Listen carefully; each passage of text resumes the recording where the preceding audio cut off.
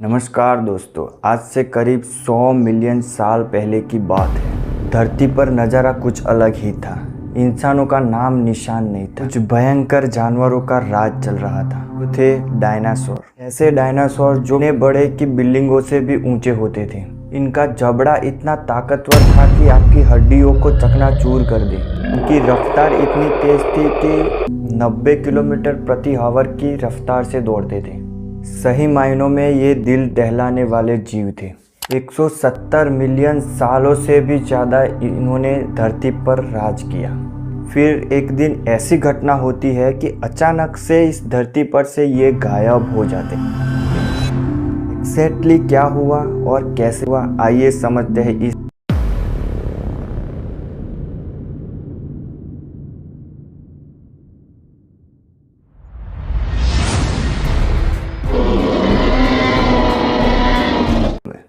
Terrible रेजर्ड।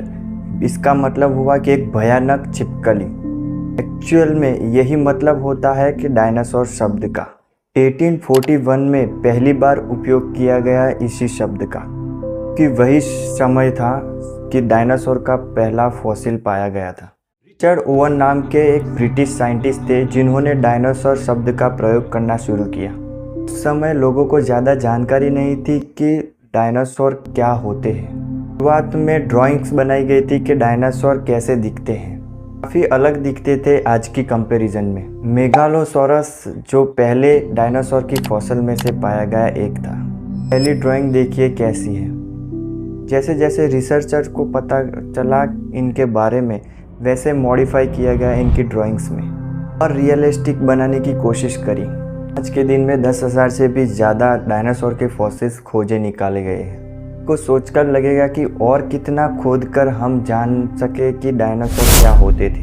2003 से लेके 2021 तक हर साल नई स्पीसीज पाई जाती है। आप ये फोटोज़ देख सकते हैं पिछले साल 2021 की, जो डायनासोर स्पीसीज की डिस्कवरी कवर की है। ओवरऑल कहा जाए तो आज हम बहुत कुछ जानते हैं डायनासोर के बारे में। तो चलिए कहानी की शुरुआत शुरू से करते हैं। टाइम में पीछे चलते हैं कई मिलियन साल पीछे। साइंटिस्ट का मानना है कि दुनिया का पहला डायनासोर 230 या 240 मिलियन साल पहले, सबसे पुराना डायनासोर का फॉसिल जो हमें मिला है 230 मिलियन साल पुराना है। तो ये हमें अफ्रीका में मिला था। उस समय जो धरती का हाल था आज के कंपैरिजन में, वो बहुत गलत था। आज जो आप कॉन्टिनेंट देख रहे हो, एशिया, अफ्रीका, ऑस्ट्रेलिया, यूरोप, समय सारे कॉन्टिनेंट्स एक साथ थे। सिर्फ एक सुपर कॉन्टिनेंट था जिसका हमने नाम दिया है पेंजिया।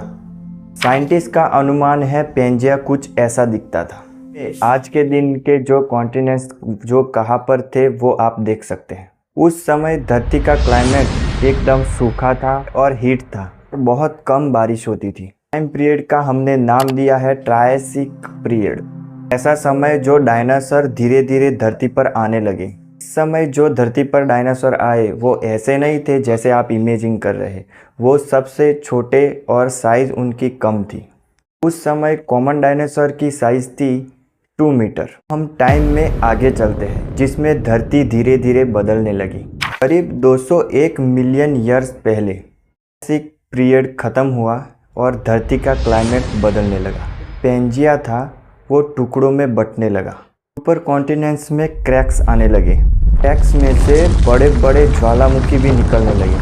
बहुत सारे ज्वालामुखी फटे जिसमें से carbon dioxide, sulphur dioxide release हुई। इसी वजह से बहुत ग्लोबल वार्मिंग हुई। सल्फर डाइऑक्साइड और एरोसॉल्स जाके एटमॉस्फेयर में मिले जिससे सनलाइट ब्लॉक हुई। फिर ऐसा कुछ हुआ कि सल्फर डाइऑक्साइड और कार्बन डाइऑक्साइड जाके पानी में मिले। समुद्र में पानी की जो एसिडिटी थी वो बढ़ गई। क्या कि बड़ी तेज़ी से क्लाइमेट चेंज होने लगा। तो उस समय एनिमल एग्जिस्ट करते थे, उनके लिए सरवाइव करना बहुत मुश्किल हो गया। डायनासोर के लिए टेम्परेचर चेंज करना आसान रहा। करीब 6 लाख साल तक ये वोल्केनिक इरप्शन चलती रही। क्लाइमेट चेंज चलता रहा। इस टाइम पीरियड में ऑलमोस्ट स्पीसीज एक्सटिंक्ट हो गए। बाद धरती पर बचे dinosaur, crocodiles, turtles, and mammals. Event को बुलाया जाता है ट्राइएसिक जुरासिक एक्सटिंक्शन इवेंट। जैसा मैंने कहा, ट्राइएसिक पीरियड ख़त्म हो जाता है और जुरासिक पीरियड शुरू होता है। ये नाम आपको सुना सुना लग रहा है, तो हाँ, ये वही जुरासिक है जो जुरासिक पार्क फिल्म में नाम यूज़ यही से किया गया है।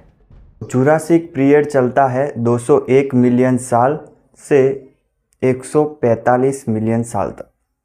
इसमें डायनासोर स्पीसीज बहुत उभर कर निकलते हैं धरती पर। समय के चलते चलते इनमें से कईयों का साइज बहुत बड़ा हो जाता है, जैसे कि टाइटेनियोसोरस जो 160 मिलियन पहले जिंदा थे। इनका वजन था 15,000 किलो। कुछ और आइकॉनिक डायनासोर हुआ करते थे, जैसे कि मोंटोसोरस और ब्राकियोसोरस, डोकस और स्टेगोसोरस। इसी समय हमारा जो पेंजिया था, जो 2 टुकड़ों में बढ़ चुका था, 2 भाग पड़े, उनका हमने नाम दिया। एक का नाम लॉरेंसिया और दूसरे का नाम गोंडवानालैंड।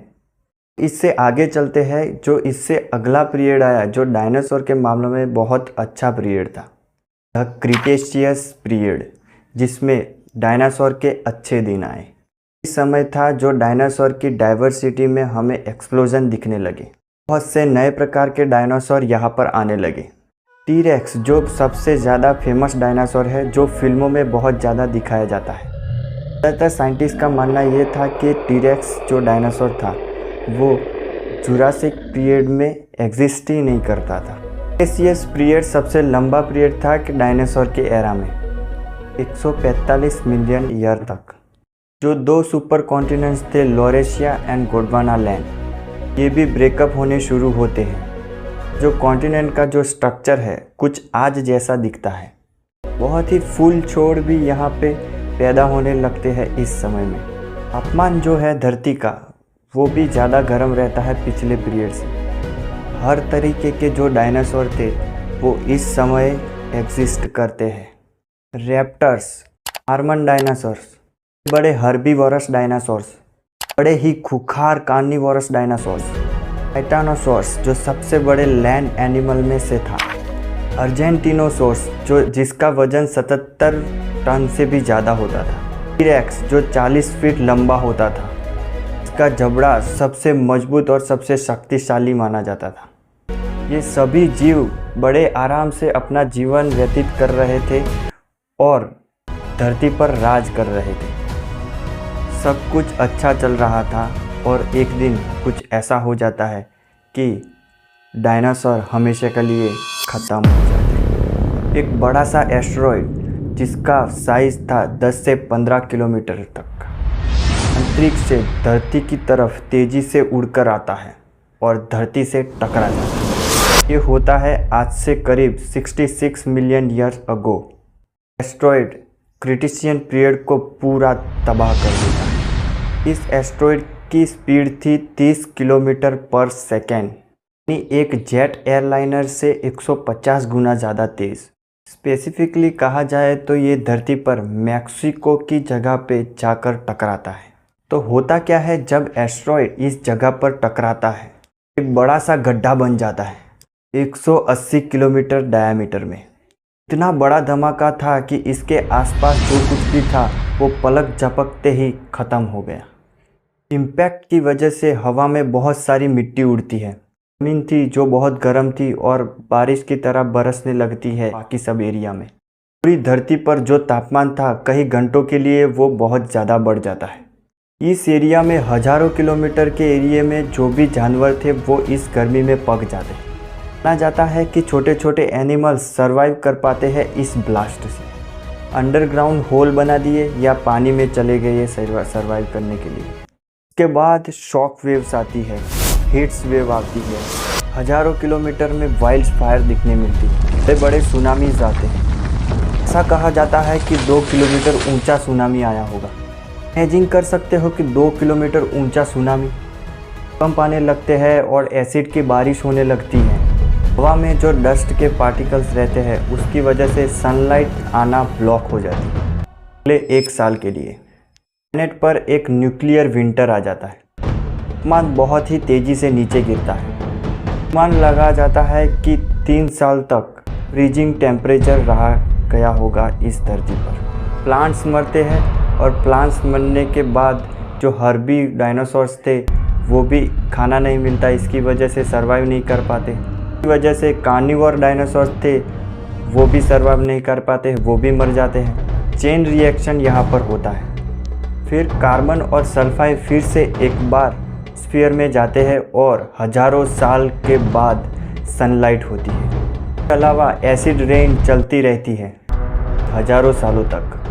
विंटर में चेंज आता है, जो डस्ट था एटमॉस्फेयर में वो डाउन कर जाता है, सनलाइट फिर से आने लगती है। जो धरती के महाराजा थे डायनासोर्स अब वो ख़त्म हो गए। कि एनिमल्स के लिए मौका है ये उभर आने का, धरती पर राज करने का। एनिमल्स को बड़ा मौका मिला डायनासोर के जाने के बाद। इस पीरियड में हमें एवोल्यूशन देखने को मिली घोड़ों में, व्हेल्स की, गधड़ों की, नेट्स की, स्नेक्स और छोटी छोटी छिपकलियों की। लौते डायनासोर जो कि बच पाए वो फ्लाइंग डायनासोर थे। धीरे धीरे वो चेंज होते गए और इवोल्यूशन के बाद वो बर्ड्स बन गए। आज के समय में जो आसमान में आप उड़ती हुई चिड़िया देख रहे हो वो उन्हीं डायनासोर में से है। क्या हो जब ऐसा एस्ट्रॉयड आ जाए और धरती से टकरा जाए, इंसान भी पूरी तरह से ख़त्म हो जाएंगे। इस डेफिनेटली एक खतरा है। तो यहीं पे वीडियो ख़त्म करते हैं और मिलते हैं। जय हिंद।